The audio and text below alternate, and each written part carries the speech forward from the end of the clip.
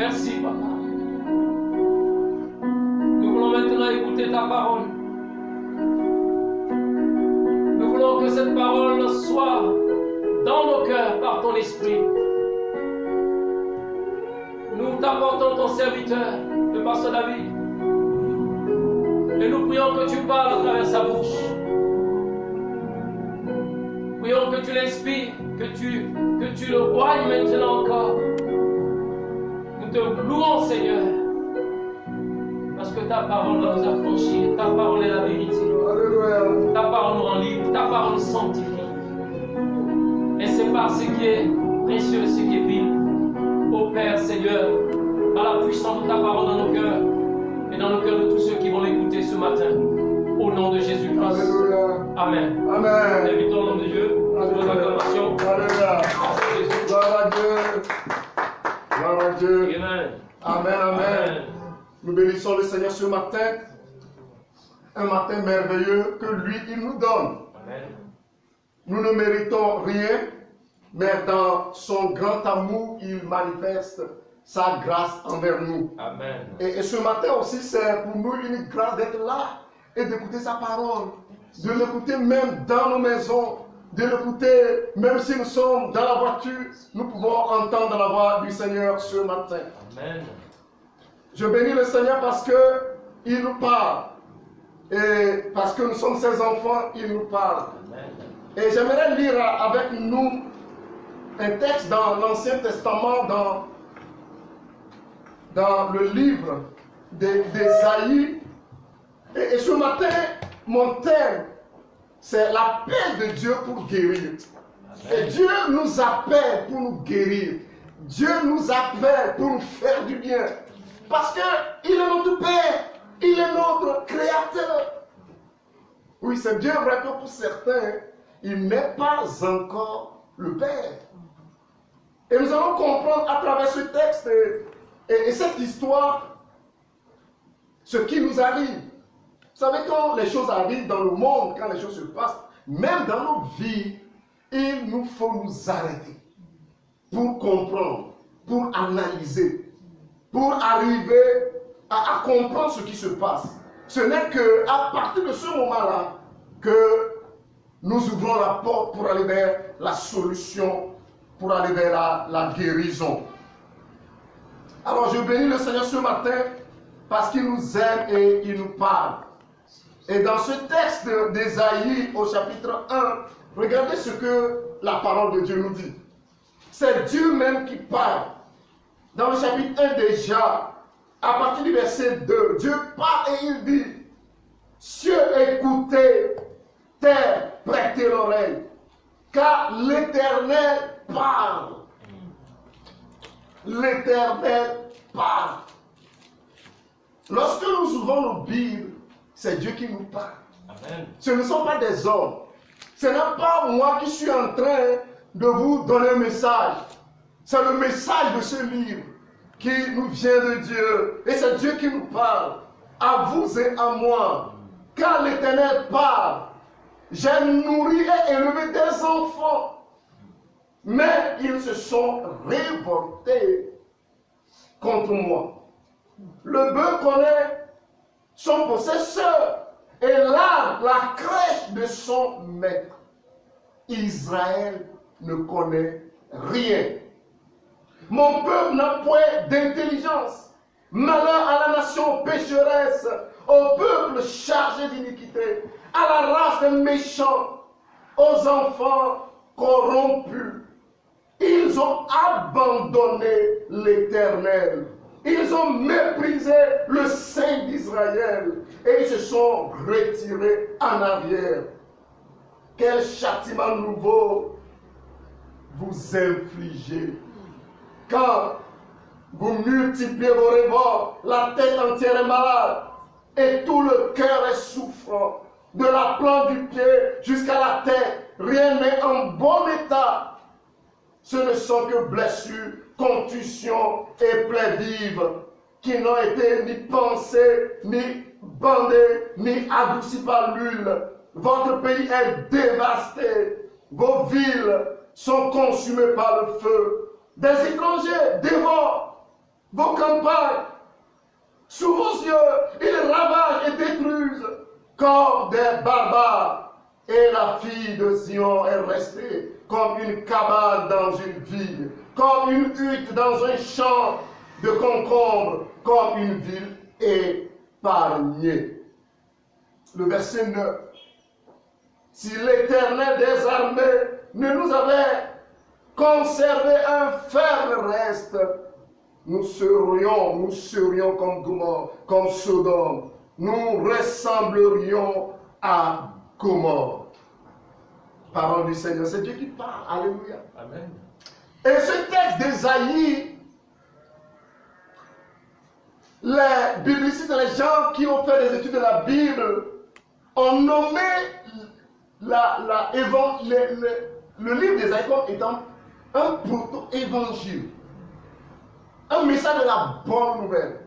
Nous étions en train d'étudier avec Pasteur Pierre le livre de Romains où Paul nous parle de l'évangile de Dieu. Amen. Et quand Dieu nous parle, ce n'est pas pour nous terrasser, ce n'est pas pour nous faire fuir, ce n'est pas pour nous faire du mal. Mais Dieu nous parle pour révéler notre problème. Pour révéler notre état. Ici, dans ce texte, il s'adresse au peuple d'Israël, qui avait toutes les grâces de Dieu, qui bénéficiait des bienfaits de Dieu. Dieu dit, je les ai nourris. Regardez dans le désert, même quand ils sortaient de l'Égypte, et ils vont faire 40 jours dans le désert, nourris par Dieu. Mais quelle rébellion! Et quand nous lisons l'histoire d'Israël, bien aimé, c'est notre histoire. C'est un échantillon que Dieu a pris parmi les nations pour révéler le cœur de l'homme, pour révéler combien nous sommes rebelles.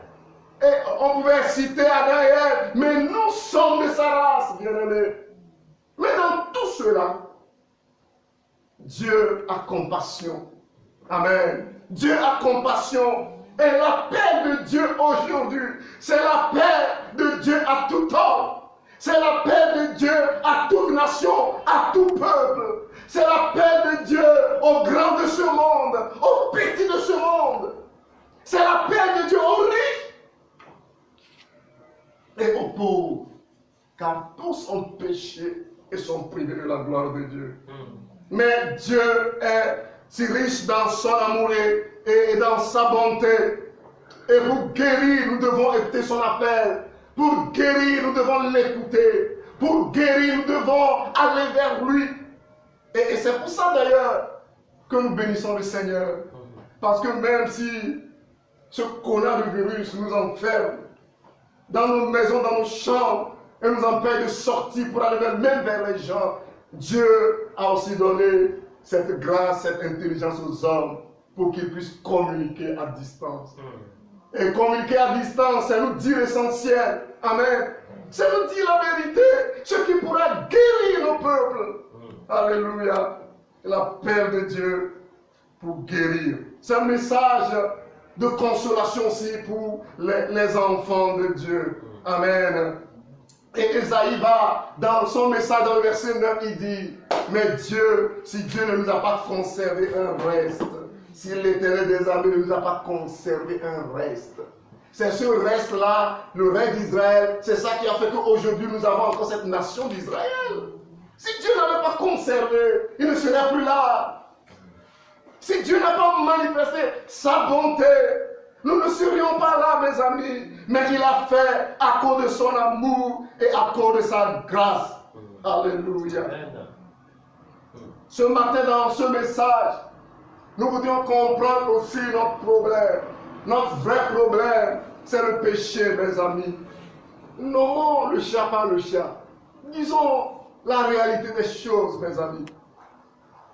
Vous savez, j'étais en échange avec un ami qui est aux États-Unis. On a fait ensemble l'école biblique, l'école de théologie au Togo. Et c'est un Rwandais qui est passé par les troubles de son pays. Et il m'a témoigné, il m'a dit plein de trucs au cours de cette guerre, la méchanceté de l'homme. Et Dieu a fait en sorte qu'aujourd'hui, il est aux États-Unis. il était là, lui, un moutou, et il retrouvait ses amis, il était aumônier dans l'armée, et il retrouvait les Tutsis qui voulaient tuer un moutou. Plutôt un moutou, les Hutus qui voulaient tuer un Tutsi. Et lui, en tant que Hutu, il dit non, mais ce Tutsi-là, mais qu'est-ce qu'il vous a fait? Qu'est-ce qu'il vous a fait de mal? C'est un homme, il n'a fait de mal à personne. Et c'est comme cela que, à travers son intervention, il a sauvé la vie de cet homme. Amen. Et cet homme va partir, et c'est comme cela que, aussi par la grâce de Dieu, Dieu va passer par cet homme pour le bénir, et lui aussi, aujourd'hui, il est là. Donc, oui, nous ne pouvons pas suivre le courant, nous ne pouvons pas suivre ce monde dans sa méchanceté. Mais si je vous parle de lui ce matin, c'est parce qu'il m'a dit un témoignage. Il a dit, tu sais, si notre nation, maintenant aujourd'hui il est de cette nation-là, il dit si notre nation vit ces moments graves, c'est qu'à un moment donné, quand ça a commencé en Chine, eux ils ont minimisé le problème. Parce qu'ils se disaient, ça ne va pas arriver à nous. Ça n'arrive qu'aux autres, ça ne va pas arriver à nous. Et aujourd'hui, ils en paient les frais. Bien-aimés dans le Seigneur, le problème du péché est universel. Ce n'est pas le problème d'une seule personne. Et quand ça chauffe quelque part, ça touche tout le monde. C'est venu par Adam. Et l'apôtre Paul, en nous écrivant son texte dans 1 Corinthiens 15, regardez dans le verset 21, il nous parle, dans ce passage, il nous parle, oh bien-aimé dans le Seigneur. Nous pouvons lire ce passage et comprendre notre problème. Il dit, c'est pourquoi la mort est venue par un seul homme. C'est aussi par un seul homme qu'est venue la résurrection des morts. Et comme tous meurent en Adam, de même aussi tous revivront en Christ. Amen. Alléluia. Parce que Dieu nous aime, mes amis. J'ai beaucoup aimé le diagnostic de Dieu. Dieu nous aime. Et lorsqu'il lance cet appel dans le livre d'Ésaïe que nous lisons, Dieu n'a envie qu'une seule chose, manifester sa grâce, sa compassion envers son peuple. Alléluia. Et c'est comme cela qu'il pourra dire aussi dans Ésaïe, dans ce passage de Ésaïe. Alléluia. Je crois Ésaïe 47. Alléluia. J'aimerais le lire avec nous, parce que c'est important. Non, toujours dans ce passage de Ésaïe 1, regardez à partir du verset 18, et le verset 19 et le verset 20. Il dit, venez et plaidons, dit l'Éternel. Alléluia. Regardez cet amour du Père qui nous appelle à lui. Venez et plaidons. Si vos péchés sont rouges, sont comme le cramoisi, ils deviendront blancs comme la neige. S'ils sont rouges comme la pourpre, oh alléluia, ils deviendront comme la laine.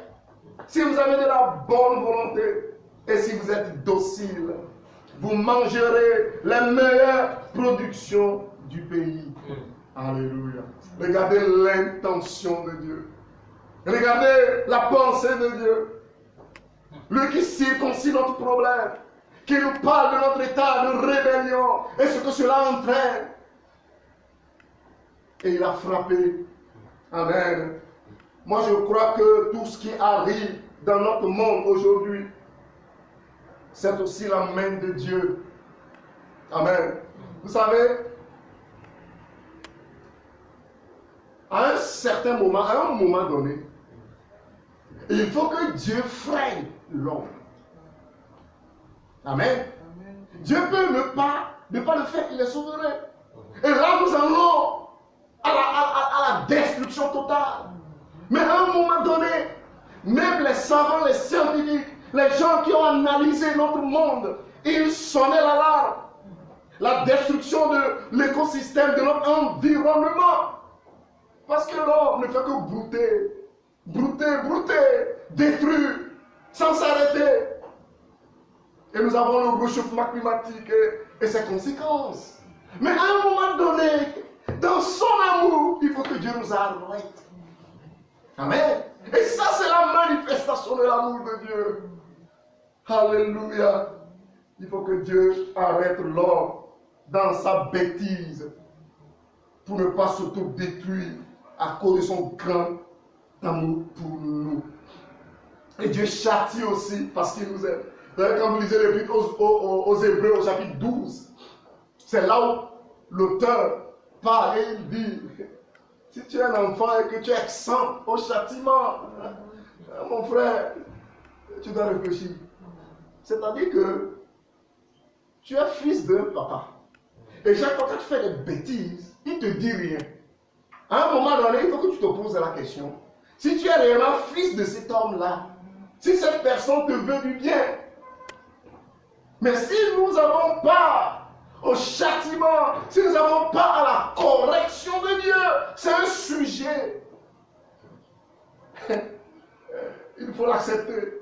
Dieu met un frein à ce monde pour que nous puissions reconsidérer les choses, pour que nous puissions entendre sa voix, pour que nous puissions l'écouter. Oh, alléluia.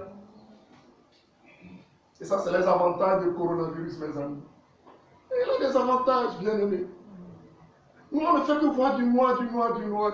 Mais quand Dieu nous arrête, même par nos bêtises, je ne doute pas, peut-être c'est les hommes même qui sont là. Parce que nous avons cette faculté-là d'aller au-delà des frontières. Nous n'avons plus de frontières. Nous n'avons plus de limites. Nous pouvons toucher à tout, manipuler tout. Et quand ça se claque sur notre visage, nous ne commençons pas à crier comme un bébé qui ne veut pas être là-bas de son papa. Oh Seigneur, viens-nous en aide. Ce matin, c'est ton appel pour nous. Et nous voudrions y répondre parce que tu nous aimes tant. Oh, quand vous lisez Ésaïe, vous allez voir comment Dieu a décrit la situation de l'homme. Quand vous lisez Romains, dans ces premiers chapitres, bien aimé, vous voyez la destruction, la corruption totale qui détruit l'homme. Et Dieu qui nous aime, nous en parle. C'est par amour.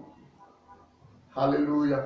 Malheureusement, le rebelle, et c'est ce qu'il dit dans ce passage, quand vous lisez la suite, dans Ésaïe 1, le verset 20, il dit, mais si vous résistez, et si vous êtes rebelles, vous serez dévorés par le glaive. Car la bouche de l'Éternel a parlé. C'est Dieu qui parle, mes amis. Amen. Nous bénissons Dieu de ce qu'il nous fait grâce de lire dans sa parole pour comprendre ce qui nous arrive. Ce monde va revenir à Dieu. Et dans cet amour aussi, regardez quand vous lisez dans Ésaïe 33 toujours, Dieu promet même de menacer ceux qui nous menacent. C'est-à-dire que si nous nous acceptons de revenir à lui, non seulement nous mangerons les meilleures choses de notre pays, mais regardez, il dit, Dieu va parler à cette situation, à ce problème. Il va dire, malheur à toi, toi qui ravages et qui n'as pas été ravagé, toi qui détruis dans la version d'Arby, toi qui détruis et qui n'a pas été détruit. Le coronavirus détruit. Regardez, Dieu va lui parler et je crois que Dieu parle. Si nous les hommes, nous nous tournons vers Dieu, Dieu va parler au coronavirus. Alléluia. Et toi qui détruis et qui n'a pas été ravagé et qui n'a pas été détruit, toi qui pilles et qui n'a pas encore été pillé, cette situation pille les ressources, mes amis. Si vous voyez la situation des entreprises, la situation des pays, c'est comme une main invisible qui vient piller les ressources. À cause de nos péchés, bien-aimés. Mais Dieu a pitié de nous. Et Dieu va menacer et Dieu va dire, quand tu auras fini de ravager, tu seras comment? Ravagé. Alléluia. Amen. Quand tu auras fini de piller, tu seras aussi pillé. Ça, c'est la promesse de Dieu. C'est ce que Dieu veut faire pour nous. Parce que Dieu a fixé un temps pour toutes choses. Vous savez, je lisais Apocalypse, je crois que c'est l'Apocalypse 7, où on nous parle. L'apôtre Jean a reçu cette révélation et à l'ouverture des sceaux. Je crois que c'est Apocalypse 6. Alléluia, à partir du... Vous allez voir les sceaux, c'est-à-dire il y a des choses qui étaient restées dans le secret de Dieu. Les choses qui arrivent, ce n'est pas un hasard. Alléluia. Parce que dans sa promesse à nous, il menace et il dit quand tu auras fini. Il faut qu'il fasse son œuvre, il faut qu'il fasse son temps. Alléluia. Amen. Il faut qu'il fasse. Et quand vous lisez Apocalypse, quand Dieu révélait les choses à Jean, et il y aura l'ouverture des sceaux, c'est-à-dire les choses secrètes gardées. Parce que Pierre nous lisait un texte dans Ésaïe, dit de sceller ces choses-là. Amen. Dieu sait, il n'y a que ses enfants qui, en toute humilité, Dieu le leur révèle. Alléluia. Ce qui arrive à ce monde, mes amis, Dieu est au courant et Dieu est concerné et Dieu sait.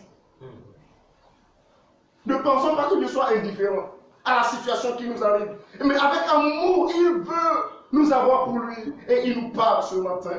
Et vous allez voir quand, dans ce passage d'ouverture du premier sceau, le texte, à partir du verset 1 de Apocalypse 6, il dit que j'entendis l'un des 4 êtres vivants qui disait, comme Dieu une voix de tonnerre, une voix d'autorité, viens.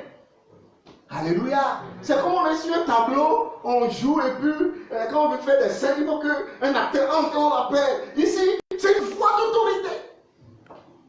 Alléluia. Viens. Et c'est le cheval blanc qui apparaît. Et quand il y a un cheval blanc, on va applaudir, oh c'est blanc. Mais ça là, quand on voit dans les études de l'Apocalypse, c'est le faux Christ. Et Dieu va permettre qu'il agisse, qu'il fasse son œuvre pour un temps. Regardez à partir du verset 3. Il a dit maintenant, quand il ouvrit le deuxième sceau, et c'est l'agneau qui ouvre ces sceaux, c'est Jésus-Christ. C'est Jésus qui nous donne de comprendre. Et c'est pour ça, nous sommes heureux si nous appartenons à Christ. Alléluia. Apocalypse dit, c'est quand l'agneau a ouvert le sceau. Et à partir du verset 3, il dit, quand il ouvrit le deuxième sceau, j'entendis le deuxième être vivant qui disait, viens. Et il sortit un autre cheval, cette fois-ci roux. Celui qui le montait reçut le pouvoir d'enlever la paix de la terre. Alléluia. Il reçoit le pouvoir d'enlever la paix. Dieu permet que cette situation-là arrive. Ce cheval apparaît dans cette scène. Je ne suis pas en train de dire que c'est ce qui arrive maintenant. Non, je ne suis pas en train de le dire. Mais c'est une image pour nous faire comprendre que rien n'arrive sans que Dieu ne le permette, sans que Dieu ne l'autorise. Pour un temps, à cause de nos péchés, à cause de la rébellion de l'homme, à cause des hommes qui ne veulent pas céder, point du tout, à Dieu, mes amis, Dieu peut permettre cela. Peut-être aussi que c'est ce que nous vivons. Et ce cheval nous va apparaître, il va enlever la paix, afin que les hommes s'égorgent les uns les autres, et une grande épée leur fut donnée. Et quand après ce cheval, il y aura le troisième cheval, quand il ouvre le troisième sceau, j'entendis le troisième être vivant qui disait, viens, je regardais, et voici paru un cheval noir. Celui qui le montait, oh Seigneur, tenait une balance dans sa main. Et j'ai entendu du milieu des 4 êtres vivants une voix qui disait une mesure de blé pour un denier, et 3 mesures d'or pour un denier. Mais ne fais point de mal à l'huile et au vin. Il y a des situations qui arrivent comme ça où même les choses qu'on va manger là, ça devient difficile, économiquement catastrophique. Ça, c'est Dieu qui peut le permettre. À cause de la rébellion des hommes. Bien aimés dans le Seigneur, vous savez, dans ce monde, certaines nations, certains pays pensent qu'ils sont puissants. D'ailleurs, même on en a dans les Seigneur là. Mais regardez leur situation. Regardez, bien aimés. Quand Dieu va lâcher ce cheval là, ça peut arriver. Et personne ne va y échapper. Et donc, pour vous et moi, nous comprenons que celui qui règne, c'est le Seigneur. C'est le Seigneur. Oh, alléluia. Hier, j'écoutais Jean Gaillard, je crois, c'est son nom, qui fait l'émission 335 Histoires. Et il parlait d'une histoire d'un homme richissime qui il sort bien, bien habillé, tout ça. Et lui, son travail, c'est de se promener et de regarder son domaine. Et il a vu un de ses ouvriers. Et dans la scène, quand vous voyez vraiment, l'ouvrier pour vieillard. Et il demande à qui appartient cette maison. C'est à lui, hein, tout ça. Hein. Il dit, point quoi. C'est pour toi. Et il demande, ça dit pour se vanter quoi.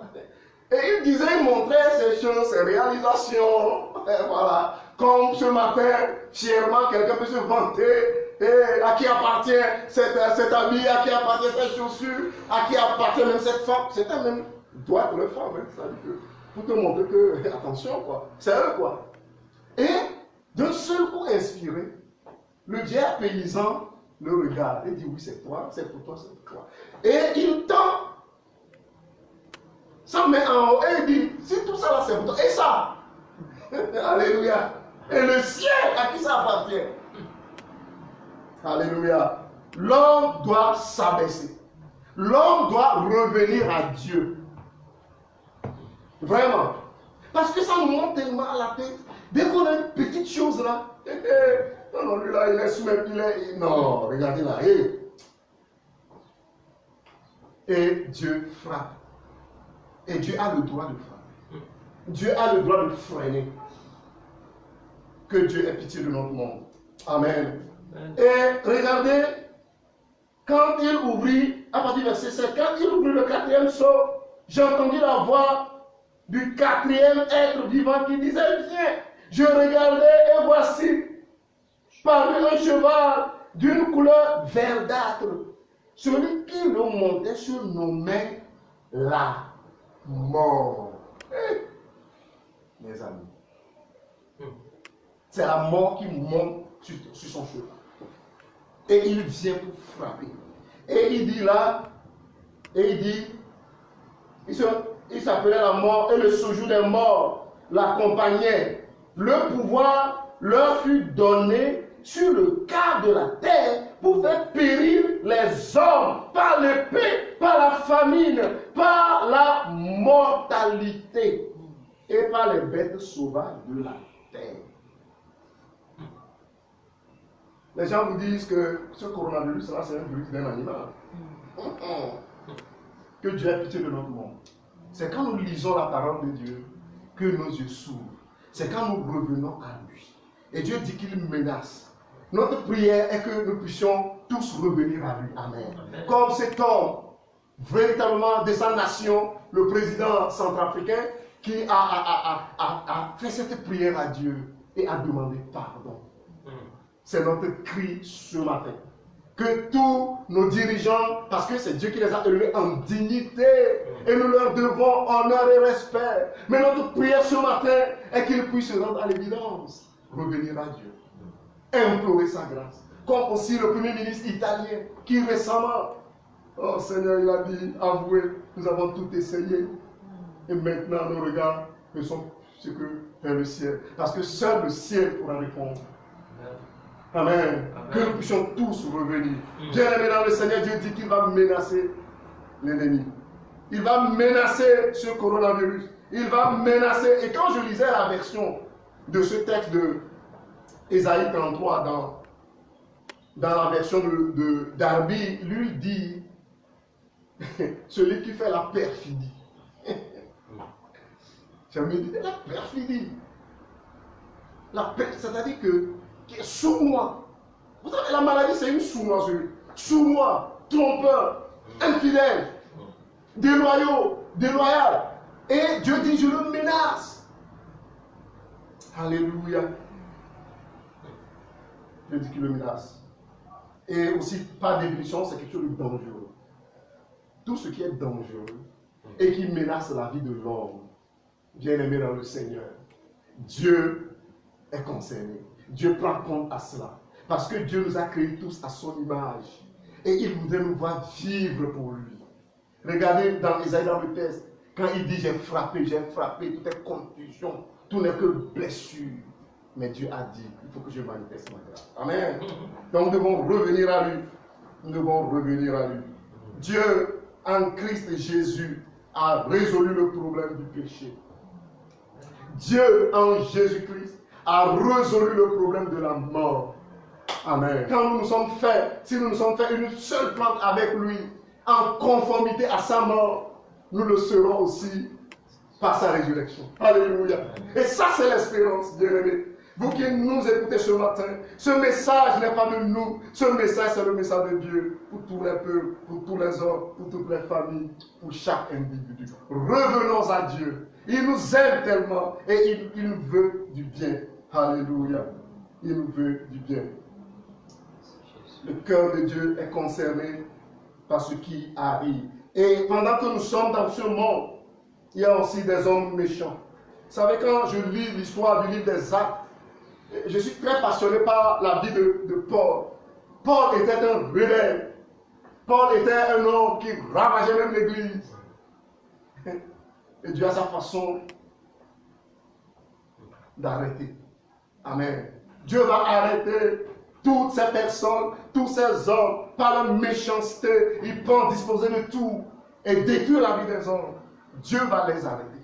Amen. Et c'est ce que Dieu a fait pour Saul. Quand il allait sur la route de Damas pour aller encore détruire, attraper les enfants de Dieu, il a été visité par la lumière. Alléluia. Et ma prière ce matin, que la lumière du ciel, la lumière de Christ, visite une âme qui se rebelle contre Dieu, une âme qui ne voulait pas comprendre et saisir la voix de Dieu. Au nom de Jésus. Amen. Paul se retrouva à terre renversé. Il était sur son cheval. Il se retrouva à terre et même aveuglé. Il a entendu la voix du Christ. Il a entendu la voix du Seigneur qui l'appelle. Saul, Saul, pourquoi me persécutes-tu? Amen. Pourquoi me persécutes-tu? Et ça, c'est un message pour un méchant qui ne veut pas se repentir. Dieu va te rencontrer. Quel que soit ce que tu es, quelle que soit ta taille, quelle que soit ta grandeur, quelle que soit ta hauteur, et que tu penses que tous les hommes de la terre doivent se mettre à tes pieds, Dieu va te réduire. C'est la Bible qui le dit. Amen. Amen. Quel que soit l'argent que tu as dans ton compte, et tu penses que les gens vont courir derrière toi, et la parole de Dieu dit que Dieu menacera celui qui menace, celui qui dévore, Dieu va dévorer. Alléluia. Parce qu'il a compassion de nous les hommes. Il a compassion des hommes et il veut les arracher. Et la bonne façon, la pédagogie de Dieu, en arrachant Paul dans cet état, Paul n'a eu qu'à dire une seule chose. Oh Seigneur Jésus, Seigneur, qui es-tu?